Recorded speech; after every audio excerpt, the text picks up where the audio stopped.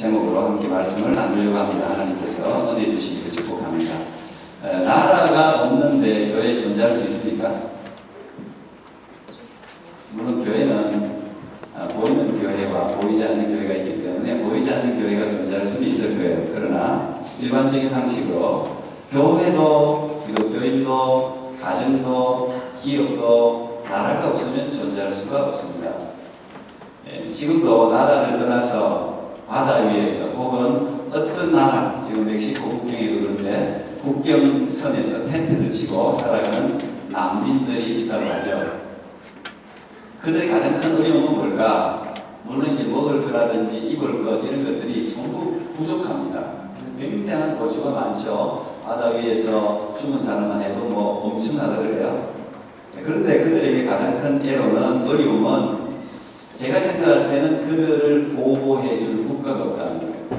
그들을 프로텍트 해 줄 국가가 없어요. 정체성이 사라져버렸기 때문에 그렇습니다. 이제 이틀 후면 6월 25일, 한국인들은 6월 25일이 특별한 날입니다. 잊을 수 없는 날이죠. 1950년 6월 25일에 한국전쟁이 일어났습니다. 만약에 그 한국전쟁에서 공산주의 사상으로 무장된 북한이 승리하였다면 어떻게 됐을까요? 한반도가 공산화되었겠죠, 당연히. 그러면 오늘 우리가 누리는 이 모든 것들이 과연 존재했을까? 그래서 이 6월 25일 한국전쟁이 일어났던 이 날은 중요합니다.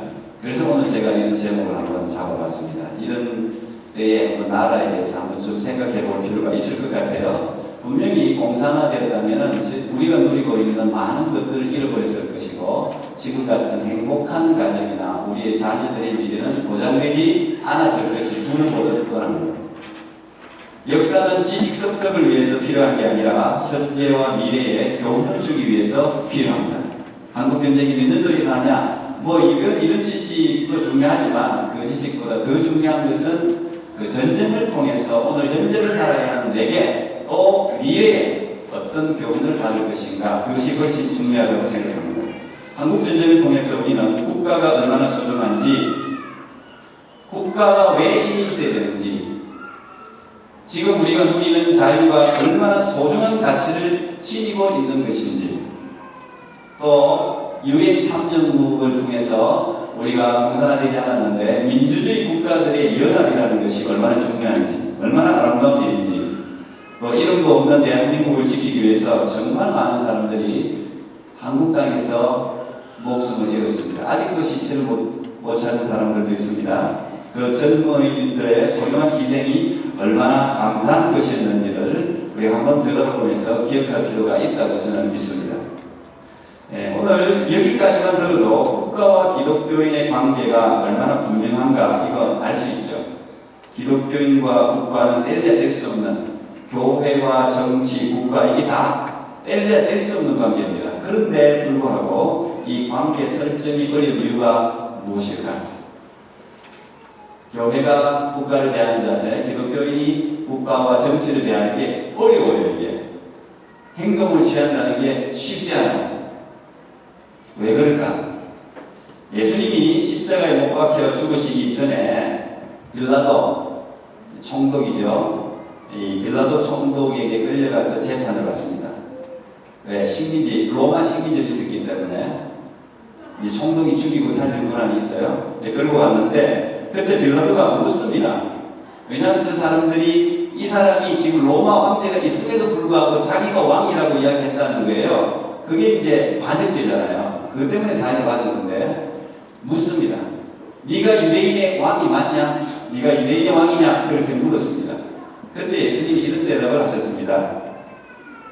요한복음 18장 36절에 보니까 예수께서 대답하시되 내 나라는 이 세상에 속한 것이 아니니라. 만일 내 나라가 이 세상에 속한 것이었더라면 내 종들이 싸워 나로 유대인들에게 넘겨지지 않게 하였으리라. 이제 내 나라는 여기에 속한 것이 아니니라.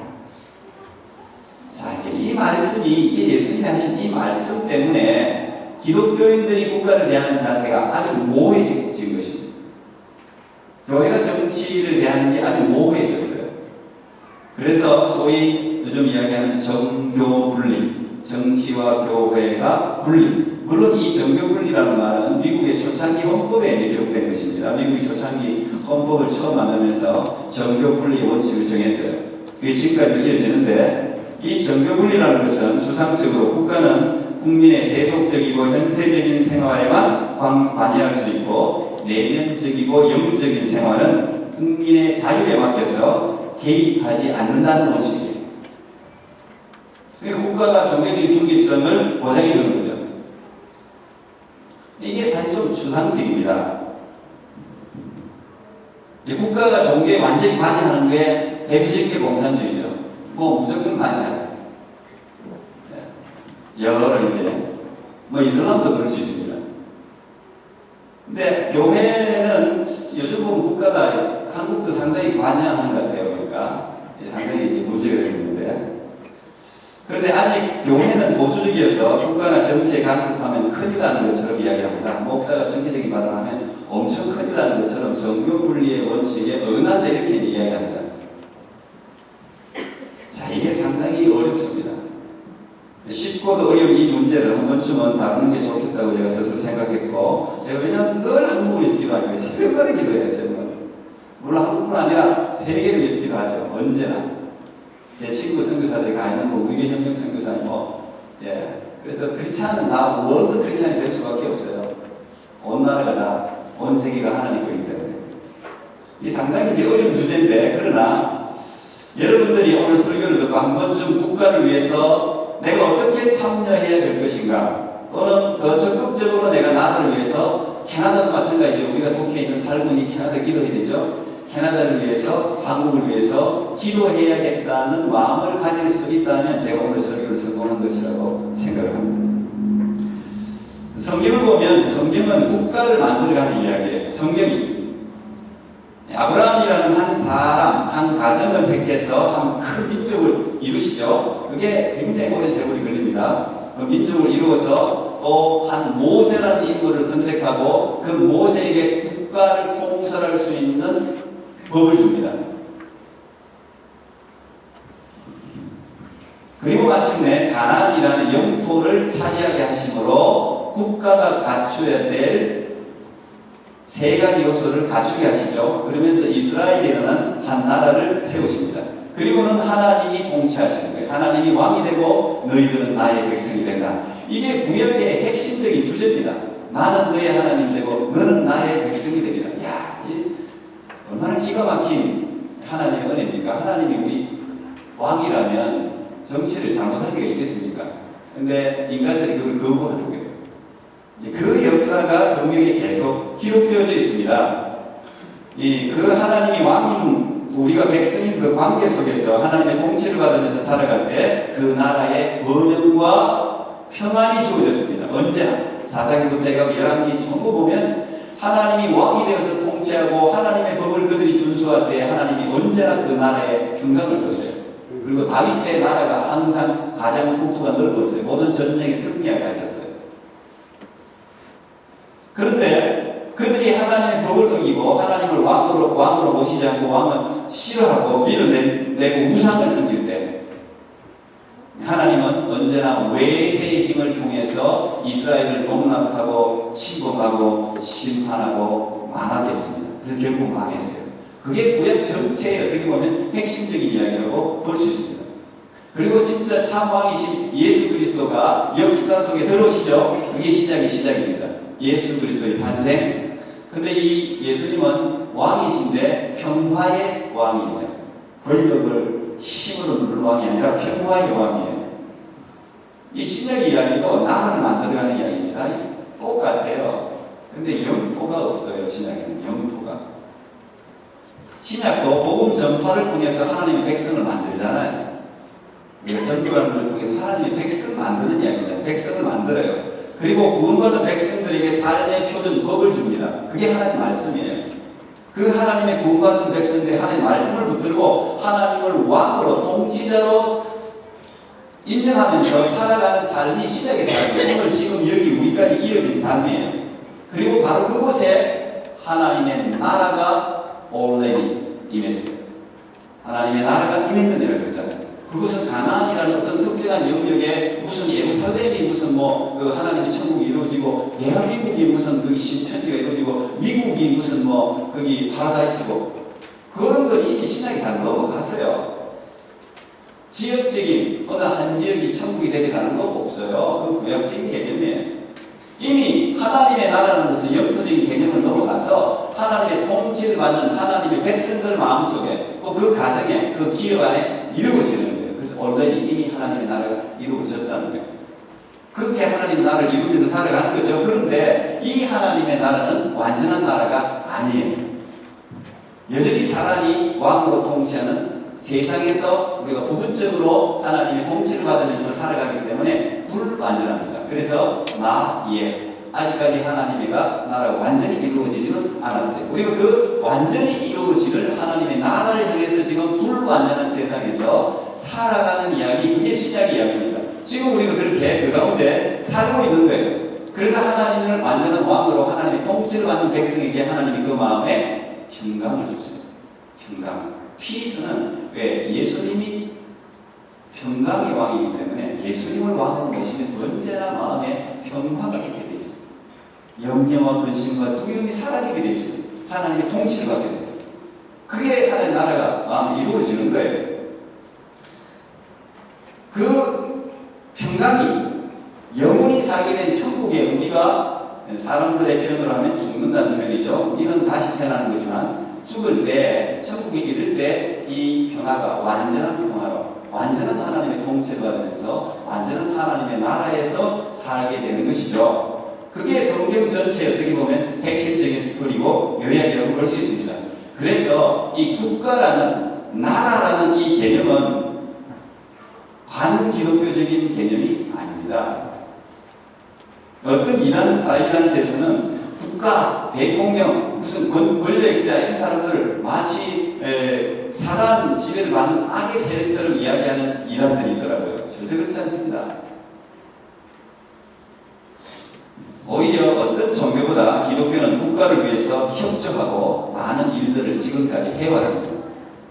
특히 나라가 위기에 처했을 때 국가를 위해서 목숨을 던진 사람들 중에 기독교인들이 상당한 부분, 굉장히 많은 부분을 차지하고 있다는 것은 이미 역사가 증명하고 있습니다.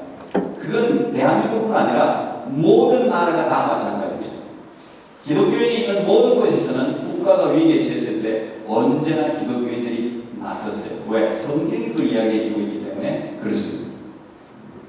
그렇다면 기독교인과 국가의 올바른 관계를 어떻게 가져가야 하는지에 대한 기본적인 관계 설정은 이미 된 거예요. 이제. 그렇구나. 이 국가라는 개념 자체가 성경에 있는 개념이에요. 하나님의 나라, 천국이 국가 아닙니까? 이 국가를 이루어가는 이야기가 성경 이야기예요. 그래서 국가는 기독교인들에게는 굉장히 친근한 단어고 마땅히 국가를 위해서 협조하고 국가의 통치에도 또 우리가 순응해야 될 그런 의무가 있는 거죠. 그런데 문제가 뭡니까? 우리는 기독교인들은 어쨌든 투표도 적극적으로 참여하고 전쟁이 일어나면 총을 메고 나가서 쏴야 돼요. 사람을 죽이는 게 기독교적으로 옳습니까? 안 옳습니까? 옳죠. 자유와 정의를 위해서 나가서 국가가 불러서 나가서 총을 쏘는 것은 옳죠. 군대 입대를 해야죠. 여호와 정의처럼 국방의 의무를 거부하면 안 되죠. 우리 참된 기독교인은 그렇지 않습니다. 그게 성경 이야기하는 거예요. 세금도 내야 되죠. 내야 됩니다. 그 의무이기 때문에 당연히 내야 됩니다. 근데 문제는 이제 우리가 여기에만 속하지 않았다는 게 딜레마예요. 그리스도인들은 누구나 이중 국적을 가집니다.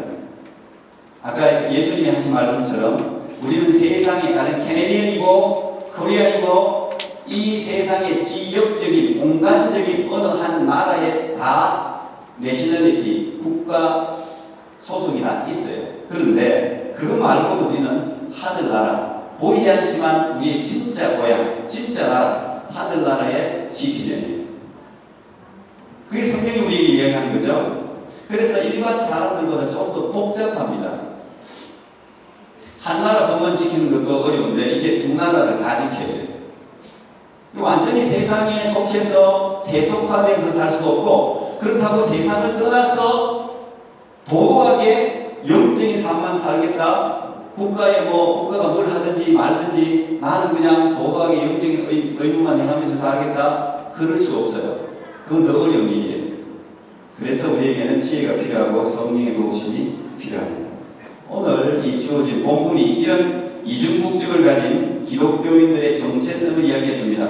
가이사의 나라에도 속해 있고 하나님의 나라에도 속해 있어요. 또 어떤 면에서는 기독교인과 국가와의 올바른 관계를 예수님이 지금 설정해 주고 있는 저는 장면이라고 생각했습니다. 일단 이 내용 자체는 텍스 논쟁이죠. 텍스 논쟁입니다. 세금. 로마의 세금을 내야 됩니까? 내지 않아야 됩니까? 예수님을 올가미에 넘어뜨리기 위해서 던진 질문인데 굉장히 당연한 질문 같습니다. 텍스 내야 됩니까? 안 내야 됩니까? 내야 되죠. 당연히 내야 됩니다. 이렇게 간단하게 대답할 수 있는데 이 역사적인 시대적인 상황을 알고 보면 간단하게 대답할 수 있는 질문이 아닙니다. 지금 이스라엘은 로마의 식민지입니다. 나라의 주권을 빼앗겼어요. 자기 나라가 없어요. 로마가 자기 나라예요. 그런데 유대인들 중에 로마를 자기 나라라고 생각하는 사람은 없어요. 우리가 주권 빼앗겼을 때 무슨 일본이 우리나라라고 생각하는 한국인이 있겠습니까? 오히려 반감을 가지죠. 그런데 이게 이제 아닙니다. 로마 때문에 돈을 벌어먹고 권력을 누리는 사람들이 있어요. 친로마적인 사람들이 있어요. 그게 오늘 등장한 헤롯 땅입니다. 헤롯 땅. 헤롯은 로마가 세운 사람이니까. 그것 때문에 먹고 사는 사람들이에요. 그러니까 로마에 굉장히 친로마적이죠. 반면에 반로마 세력도 있죠. 가령 젤로 열심당원들 칼 품고 다니면서 로마 사람들에게 무력으로 항거하는 열심당원들 내지는 오늘 바리새인들. 이 바리새인들은 물론 거기가 온금 더하고 강경 더하지만 어쨌든 이 바리새인들은 반로마주의예요. 그런데 오늘 본문이 참 이상해요. 여러분들 본문 읽어보면 바리새인도 나오고 헤롯 땅도 나와요. 이 사람들은 정치적으로 적대 세력입니다. 친로마 반로마니까 서로서로 싸우는 원수지간이에요. 그런데 오늘 예수님을 넘어뜨리려고 하는 데는 하나가 됐어요.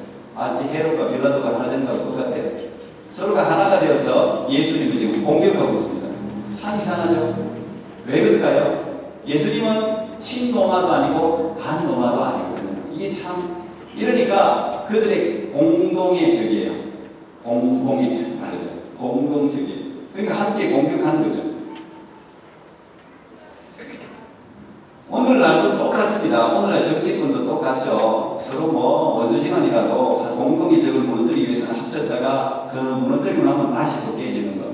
이게 정치권에서 일어나는 일이고 오늘 우리도 기독교인들은 그래서 공격을 받는 겁니다. 모든 종교들은 다 뭉칠 수 있어도 기독교와는 뭉칠 수가 없어요. 우리 공동의 적이에요. 공동의 적. 그래서 항상 핍박을 받는 거예요. 예수님이 이미 말씀을 하셨어요. 나를 죽인 것처럼 너희들도 죽이려고 할 거다. 이야기하셨어요. 자, 이 세금 문제는 어쨌든 지금도 국민들이 제일 민감해하는 부분입니다. 유대가 기원전 63년에 로마의 속국이 되었죠. 그리고 로마는 계속해서 유대인들에게 많은 조공을 요구했습니다. 계속해서 바치라는 거예요. 근데 조공 중에는 인두세라는 사람 세금이죠. 사람. 한 사람당 내는 돈이 있어요. 기원전 6년에 제정된 것인데 남자는 14살, 여자는 12살부터 65세까지 내야 돼요. 세금. 돈이 엄청나겠죠? 근데 이 세금 문제가 굉장히 이제 민감한 문제입니다. 당시에는 세 종류의 돈이 있었는데 첫째는 유대인 동전이고 둘째는 헬라인 동전이고 셋째는 로마의 금전이에요. 화폐가 세 종류를 썼어요. 유대 사회에서. 그런데 그 중에서 세금은 로마에 내는 세금은 반드시 로마 돈으로 바쳐야 돼요. 마치 유대인들이 제사 드릴 때는 반드시 유대 돈으로 바치듯이. 그런데 그 로마 이 14살부터 이제 인두세 여자는 12살부터 내는데 얼마를 내냐? 한 데나리온을 데나리온은 이게 로마 화폐 아니거든요. 한 데나리온이 오늘 치면 어른들 하루 품삯이니까 하루 동안 여러분 벌면 얼마나 벌지 모르겠습니다. 우리로 치면 한 100불 정도 번다 지금 그 정도 가치예요. 세금이 셉니다. 예를 들어서 한 데나리온을 내게 돼 있는데 그들이 이 사실에 이 예수님께 공격적인 질문하는 게 그거죠. 가이사에게 세금 바치는 게 옳습니까? 옳지 않습니까? 이 질문은 이거는 바둑으로 치면 외통수예요. 이건 다 걸린 거예요. 이리 가지도 못하고 저리 가지도 못해요. 왜? 밭이라고 하면 유대인들이 예수님을 매국노라고 부를 거예요. 매국노라고. 저 예수님은 우리를 로마로부터 구해줄 사람이라고 생각했는데 밭이라고 하니까. 바치지 말라고 하면 그것은 로마의 정부의 정면으로 도전하는 행위이기 때문에 로마가 세금에 대해서 굉장히 강력했습니다. 세금 거둔 강력하게 증거를 했습니다. 세금 안 거둔. 그러면 고발할 거 아닙니까? 그러면은 세금 못 내게 선동했다고 이야기할 거니까 또 잡혀간단 말이에요. 이러지도 못하고 저러지도 못해요. 그런데 요 어려운 질문에 예수님이 이제 이런 대답을 하시죠. 오늘 유명한 대답입니다. 대답하실 때 예수님 먼저 데나리온 하나를 가져와라 그래요. 돈 하나 가져와라. 원래 유대인들 바리새인들은 데나리온을 가지고 다니면 안 돼요. 왜? 그 돈은 더러운 돈이니까. 왜? 이 데나리온에는 그 당시 황제였던 티베리우스 황제의 얼굴이 그려져 있습니다. 지금 여러분 보는 큰 돈이 저게 데나리온인데, 그리고 뒷면에는 황제의 어머니 리비아의 형상이 새겨져 있어요. 그리고 거기 글씨가 써져 있는데 그걸 풀이하면 이런 거예요. 황제 티베리우스 신적인 아우구스투스 존엄한 신의 아들. 그런 글씨가 써져 있어요. 다시 말하면 시저가 가이사가 이 유대뿐 아니라 모든 제국을 다스리는 하나님이다. 그 뜻이에요. 결국은 황제의 숭배를 강요하기 위해서 무조건 텍스는 데나리온으로 내라는 거예요. 이 정치적인 술수죠. 이걸 보면서 황제가 로마의 황제가 너희들의 신이라는 것을 계속해서 중립을 시키는 겁니다. 자, 그런데 예수님이 이 데나리온을 가져오라고 하면서 이 그림을 보여주면서 이게 누구 그림이냐? 이 글씨가 뭐냐? 예, 가이사, 티베리우스 가이사 그림입니다. 로마 글씨입니다. 아, 그래? 그러면 이 로마의 동전의 주인은 가이사네. 가이사의 것은 가이사에게 바쳐. 거기서만 다 끝났으면 별 문제가 없었을 텐데 그 뒤에 그러나 하나님의 것은 하나님에게 바쳐. 당연한 논리 아닙니까? 주인에게 올리는 게.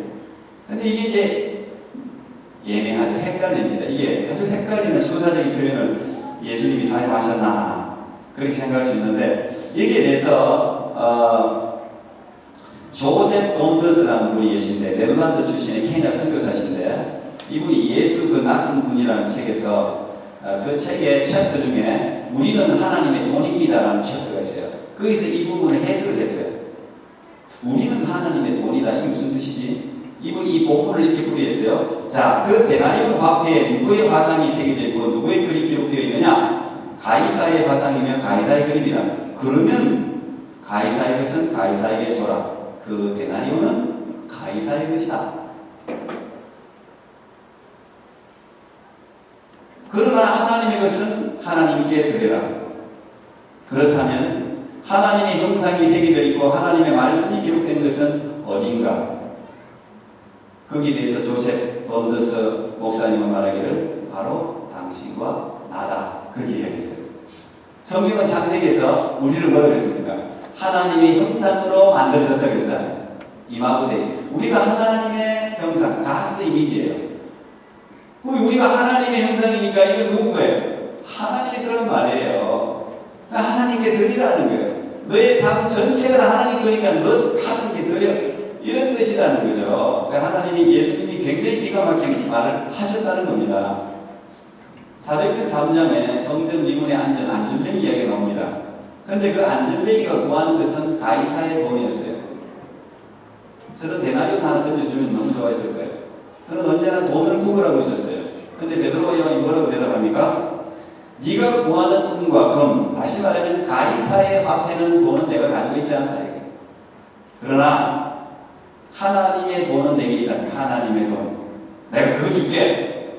그게 예수 그리스도다. 그러면서 예수 그리스도 이름으로 글을 할 때 한 번도 걸어본 적이 없던 안전뱅이가 일어나서 그러면서 성전으로 뛰어 올라가면서 하나님을 찬양하지 않습니까? 이건 가이사의 돈으로는 절대 일어날 수 없는 기적이죠. 돈으로 안 되는 게 어디 있어? 사람들이 하도 답답하니까 그런 이야기 합니다. 실제로 돈이 좀 있으면 뭐 얼마나 편합니까? 돈은 범사에 응용되느니라. 이게 자문 이야기예요. 돈은 범사에 응용되는 참 편리한 거예요. 그걸 악으로 생각할 필요는 전혀 없어요. 예. 돈을 많이 버십시오. 이제 덕도를 하셨나? 아멘 하시네. 돈을 많이 버세요. 돈이 좀 있어야지 봉사에 응용을 할까요? 예. 근데 돈으로 못하는 게 너무 많아요. 사실 진짜 많아요. 돈으로 할 수 있었으면 권력 있는 사람들이 죽었겠습니까? 부모와 자녀의 관계가 다 그렇게 깨어졌겠습니까? 돈은 안 돼요.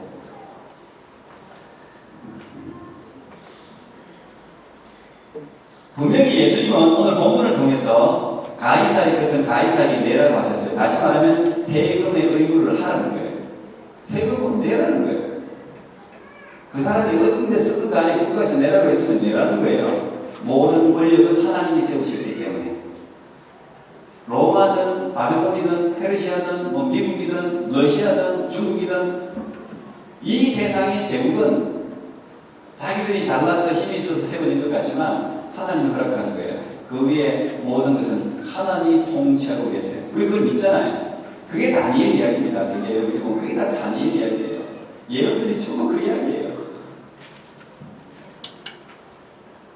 모든 권력은 하나님이 세웠기 때문에 그 권력자가 악할지라도 악한 법이라도 지키라는 거죠. 세금 낼 거 내라는 거예요. 가이사의 거니까. 우리는 다 보이는 제국에 속해 있다는 말이죠. 캐나다에 속해 있든지 한국에 속해 있든지 중국에 속해 있든지 어디 속해 있든지 보이는 제국에서 살아가잖아요. 죽기 전에는. 그러므로 그 제국에 대한 의무도 다 해야 된다는 이야기입니다. 하지만 우리 또한 천국에 속해 있는 시민권자입니다. 그러므로 하나님의 것은 하나님께 드려야 돼요. 근데 생각해 보세요. 하나님의 것이 아닌 게 어디 있습니까? 천지 만물을 하나님이 창조하셨는데 하나님의 것이 아닌 게 어디 있냐고요. 그러므로 이 하나님의 것에 대한 도전과 공격이 왔을 때 기독교인들의 자세, 태도는 어때야 됩니까? 지금까지 역사적으로 보면 전부 맞서 싸웠습니다. 하나님이 우리에게 주신 자유, 그 자유에 대한 도전에 대해서 모든 기독교인들은 맞서 싸웠습니다. 순교했습니다. 휴먼 라이트도 마찬가지예요. 인권이라는 거 이거 마찬가지예요. 이게 무슨 한국으로 이야기하면 좌파들의 이야기가 아니에요. 인권이라는 것은 성경에 있는 이야기예요. 거기에 대한 도전 맞서 싸웠습니다. 기독교인들은 언제나 맞서 싸웠어요. 왜 그렇습니까? 우리가 기억하는 분명한 사실은 국가의 왕보다 그 국가의 왕을 세우신 하나님이 더 위대하고 높으시고 영원하기 때문에 대통령은 임기가 있습니다. 트럼프가 어떻든 누가 어떻든 간에 임기가 있습니다. 4년이든 5년이든 얼마든 간에. 그러나 하나님의 나라에 하나님의 통치권 왕이신 하나님의 임기는 없어요. 영원하십니다. 우리 현명하다면 누구에게 붙어야 되는 거예요? 그러므로 하나님이 더 높으신 분이라는 사실을 우리가 명심할 필요가 있어요. 여기에 세상의 법과 하늘의 법이 언제나 대치할 때 그걸 위해서 싸운 거예요. 언제나. 기독교인은 거기에 그걸 우리가 불이라고 할 때 일어나서 싸웠어요.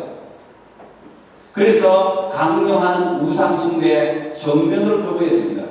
한국도 일제 신사참배 고개 한번 까딱하고 묵도 한번 하면 되는데 왜 그거 자기 목숨을 걸고 안 했겠습니까? 다니엘서에도 보면 세 친구가 느부갓네살의 우상에 절하지 않기 때문에 풀무풀 활활 타는 불에 던져지지 않았습니까? 지금도 북한에서는 김일성 주체 사상에 숭배하지 않는 사람들, 동의하지 못하는 사람들 전부 숭배당하고 아우지 당국에 걸려가서 노동하고 있습니다. 그러므로 국가도 이 부분을 건드려서는 안 된다는 거죠. 건드려서는 안 되는 거예요. 정교분리라는 게 기독교인들만 국가를 향해서 분리하는 게 아니라 국가도 기독교인과 교회에 대해서 이걸 건드리면 안 되는 거예요. 건드려서 지금까지 제대로 국가가 흥황한 국가가 없어요. 역사적으로 언제나 국가가 기독교를 통제하려고 했을 때 문제가 생겼습니다. 그 국가는 오래 못 갔습니다. 뭐 공산주의는 많을 거고요. 그래서 공산주의는 오래 갈 수가 없는 거예요. 이미 죽은 거예요. 이미 다 역사적으로 정립이 된 거예요. 그건. 그러니까 공산주의 이야기를 지금 한국에서 하는 거 이해를 할 수가 없어요. 이해를 할 수가 없어요. 영국도 그랬습니다. 독일도 그랬습니다. 영국 국교회가 있죠. 독일 국교회가 있죠. 기독교가 살아있지 못합니다. 국가의 통제를 기독교가 받았을 때 그 기독교가 살아있는 기독교 교회가 될 수가 없습니다. 안 됩니다. 그걸로도 마찬가지예요. 교회가 국가를 지배하려고 했을 때 옛날에 중세시대 교회가 그랬잖아요. 교황 허락을 다 맡아야 됐어요. 왕도 세우려 그러면 교황이 허락해야 됐어요.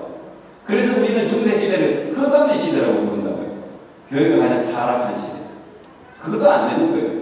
국가가 종교를 통치해서는 안 되고 종교 뭐 목사님이든 교황이든 누구든 간에 국가를 통치할 수는 없는 거예요.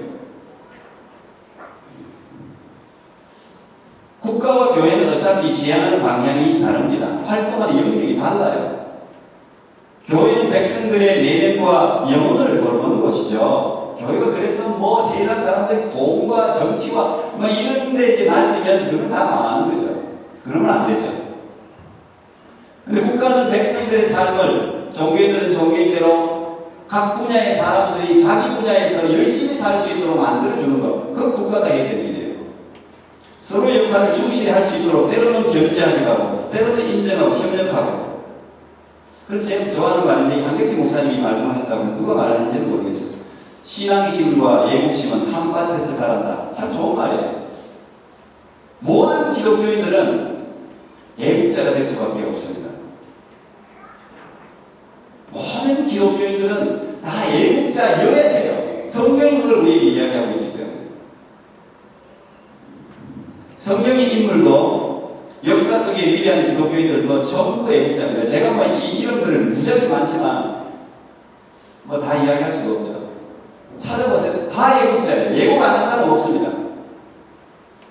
제가 마지막으로 뭐 이 타이틀 자체가 원체 포괄적인 거라서 다 이야기하기 어렵지만 하여튼 오늘 여러분에게 하나님께서 이 국가를 우리가 어떻게 대해야 되는지 여기에 대해서 조금 지혜를 주면 좋겠고요. 구체적으로 우리가 기독교인들이 국가를 위해서 어떻게 참여해야 되는지 몇 가지만 이야기하고 마치도록 하겠습니다. 첫 번째, 기독교인들이 제일 먼저 국가를 위해서 해야 할 일이 뭡니까? 위정자들을 위해서 기도하는 거예요. 그 성경이 우리에게 이야기합니다. 언제나 무슨 한국식으로 치면 무슨 보수가 되든 진보가 되든 우파가 되든 좌파가 되든 이념이 어떻든 간에 대통령이나 누가 섰으면 그 사람들 위해서 기도해야 돼요. 기독교인들은 언제나 기도하는 사람들, 국가를 위해서. 우리 트루도를 위해서 기도해야 되고 우리 예총 다 기도해야 되는 거예요. 두 번째, 기독교인들은 국가가 국민에게 명한 의무를 지켜야 됩니다. 세금이든 뭐든 국민 의무에 충실하고 헌법을 준수해야 됩니다. 국민투표 해야 됩니다. 세 번째, 열심히 공부해서 국가의 정책에 직접 참여할 수 있으면 더 좋습니다. 이게 이제 보수, 다른 데서는 이제 국가, 이게 세상 악의 세력인데 거기에 뭘 참여하냐 그러는데 그렇지 않습니다. 우리 개혁교회는 그렇지 않습니다. 열심히 공부해서 대통령이 될 수 있으면 되고, 총리가 될 수 있으면 되고, CEO가 될 수 있으면 되고, 국가공무원이 될 수 있으면 되고, 어쨌든 간에 정책을 이행하는데 영향을 줄 수 있으면 더 좋아요. 교육부에도 들어가고, 성경적인 가치관을 실현하는 일이잖아요. 어쨌든 열심히 공부해서 하나님의 나라가 그곳까지 확장될 수 있도록, 무슨 복음이 가난한 사람들한테만 전해지는 겁니까? 아니잖아요. 제가 얼마 전에도 어떤 사람한테 이야기했는데 그 사람은 좀 고위급 사람들하고만 논다 그러더라고요. 그러면 당신의 사명은 뭐냐? 고위급 사람들 전도하는 게 당신의 사명이지. 맨날 만나는 사람들, 우리 같은 사람은 밑에서 여기 만나는 사람들 전도하면 되고 우리가 고위급 만나기 어려우니까 당신이 고위급 만나는 게 다 친구 보면 자랑하지 말고 내가 누가 어떻다 저떻다 자랑하지 말고 그 사람을 향해서 전도하는 말이에요. 그 사람을 향해서 성경의 가치관을 심으란 말이에요. 그게 당신의 사명이라는 거예요. 하나님이 너를 그 위치에 올린 것은 그것 때문에 올렸다는 거죠. 그렇지 않습니까? 그게 기독교인들이 해야 할 일이에요. 다니엘, 요셉, 느헤미야 전부 마찬가지잖아요. 다 총리 출신입니다. 성경에 보면 다 부자예요. 거기 뭐 아브라함도 부자인 사람이 누가 있습니까? 다 부자예요. 다 권력자예요. 그게 복이라고 제가 이야기하는 게 아니라 하나님이 그 시대에 그 위치에서 해야 할 일을 주신 거예요. 사명을 주신 거예요. 우리도 다니엘 같은 사람 있어야 될 거 아니에요. 요즘 보세요, 지금. 정치, 저 더러운데 정치판에 못 들어가. 아니, 들어가야 돼요, 기독교인들이. 목숨 걸고 온몸으로, 전통이든 뭐든 간에 바꿔야죠. 바꿀 수 있으면. 그게 쉽습니까? 목숨을 걸어야지 바뀔까 말까 하는 일이죠. 그래서 목숨을 거는 거예요, 그게. 들어가야 돼요, 그래서. 학교도 무슨 정책이고, 커리큘럼. 맨날 여러분, 한국 기독교인들은 맨날 위에서 정해놓은 대로 동생이 가르쳐야 되잖아요. 지금 애들이 보면 얼마나 지금 게이 프레이드 놀까지 여기 있었지만, 애들이 저렇게 망쳐져 가는데 왜 가만히 있습니까? 무슬림들이 더 많이 그런 데서 대목 아니에요. 그들이 가치관과 완전히 반항이 돼요. 기독교인들도 나가야죠. 성령에 위반되는 이야기를 하고 있는데, 정책을 펼치고 있는데, 우리는 정교분리야. 천만에 그렇게 하면 안 되죠. 자기가 이걸 다 해야죠. 학부는 학부대로 저항을 해야 됩니다. 교장선생님한테 편지를 보내야 돼요. 제가 교육전도사 때 그거 마음에 안 들었는데, 왜 주일날 국가공무원 시험을 왜 주일날 치냐고요. 보스카우트 활동을 왜 주일날 하냐고요. 제가 교육전도사 때 그거 당신들이 가니까 하는 거라고, 가지 말라고. 근데 권사님이 말이야, 자녀들 그런데 보내냐고. 장로님이 왜 그런데 보내냐고. 보내지 마세요. 안 가면 안 할 거 아니에요. 제가 편지를 보내고, 기독교인들이 그렇게 참여해야 돼요. 그게 권리 아닙니까? 근데 다 불이익 받을까봐, 공부 못할까봐, 주일 오라 그러면 다. 그러니까 하는 거예요. 교회 사람들만 쫙 뭉쳐가요. 국가 정책이 되나? 안 됩니다. 그게 무슨 국가를 해서 한가라는 게 아니라 우리가 가지고 있는 기본적인 성경적인 가치만을 실현하고 지킬 걸 지키는 거예요. 국가가 해야 되는 뭡니까? 주의를 보장해줘야 됩니다. 국가는 주의를 보장해줘야 돼요. 그 국가가 해야 할 일이거든요. 이런 걸 이제 우리가 해야 된단 말이에요. 네 번째, 위정자가 잘못된 정책이나 실정을 했을 때 예언자가 했던 것처럼 나무라고 바른 소리를 내야 한다. 제가 답답하게 한국에 이게 없어요. 하나님이 왜 대형 기회를 줬습니까? 자랑하라고 줬습니까? 왜 그 사람 내임 대표를 높이 띄워줬습니까? 백서 사람들에게 영향을 끼칠 만한 이런, 그거 왜 충세시켜 줬겠습니까? 목소리 내라고 준 거예요. 목소리. 이럴 때 목소리 내라고, 먹고 잘 먹고 잘 살라고 준 게 아니고, 국가가 잘못된 길로 가고 있고 잘못된 실정을 하고 있는데 왜 목소리를 못 냅니까? 내야죠. 그 성경적으로 분명한 가치관이라면, 그게 성경이 말하는 진리에 대한 반한 것이라면 이야기를 해야죠. 왜 동성애 이야기 못합니까? 정확한 이야기인데 해야죠. 기독교인들도 마찬가지예요. 우리 기독교인들이 해야 될 일이 잘못된 것을 잘못됐다고 이야기할 수 있어요. 지금 아이들이 못하잖아요. 캐나다 분위기가 완전히 그리 가니까 못하잖아요. 누가 그랬습니까? 교회가 그런 거예요. 교회가 방치한 거 아닙니까? 우리가 책임이죠.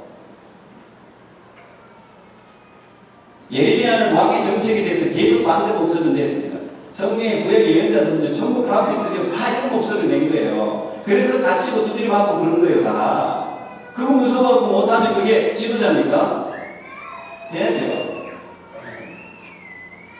간디 같은 사람들 있잖아요. 간디 같은 사람도. 그렇다고 무슨 우리가 총을 들고 뭐 폭력으로 하는 건 안 되죠. 성경 정신에 어긋나니까. 그다음 다섯 번째, 기독교인들은 삶의 자리에서 빛과 소금의 역할을 충실히 감당하여 일반인들에게 본을 보여야 한다. 그들이 교회를 통해 위로받고 소망을 가질 수 있게 해야 된다. 이것도 이제 기독교인들이 우리가 있는 이 국가라는 작은 어떤 한 부분에서 해야 될 일이에요. 에이, 내가 마음들이 살면 어때? 나 무슨 뭐 누가 알겠어? 아닙니다, 여러분. 여러분 한 사람 한 사람이 다 빛인데 한 명 한 명이 모여서 그룹을 이루고 공동체를 이루고 국가를 이루는 거죠. 내 삶에 내가 책임을 지고 그리스도인이라는 이 자부심을 가지고 우리가 정말 하나하나 생각하고 우리가 행동할 때 사람들이 나를 존경하고 문제가 있을 때 내게 의논하고 내게 기도를 부탁하고 그러면 그 사람에게 복음이 들어가는 거 아니에요?